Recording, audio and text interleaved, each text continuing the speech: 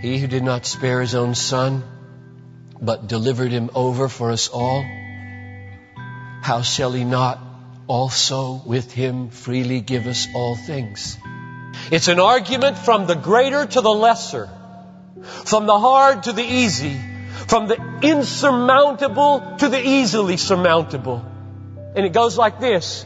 If He didn't spare His own Son, which is an impossible thing to imagine, that He would hand His Son over to butchery.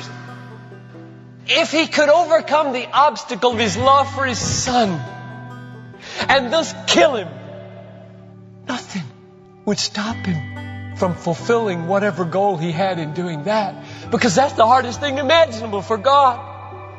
What could be harder to imagine for God than to give His Son up to spitting and beating and a crown of thorns and lashes and nails and spear and mocking and rejection and betrayal and abandonment and lying and the burden of the sins of the world? What could be harder for God than to say, I will give my infinitely worthy Son to that kind of horror? Nothing is harder for God to do than that. And Paul's reasoning is, if He could get over that obstacle to our salvation, nothing would stop Him from giving us everything with Him, which is good for us. I wonder if you believe that. He is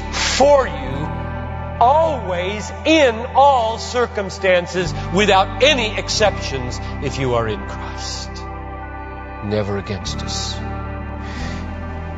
None of our sicknesses is a penalty from a God who's against us. None of our broken cars or failed appliances is a punishment from God. None of our marital strife is a sign of His wrath. None of our lost jobs is a penalty for our sin. None of our wayward children is a crack of the whip of God's retribution. What an amazing difference it would make in our lives if we believe this.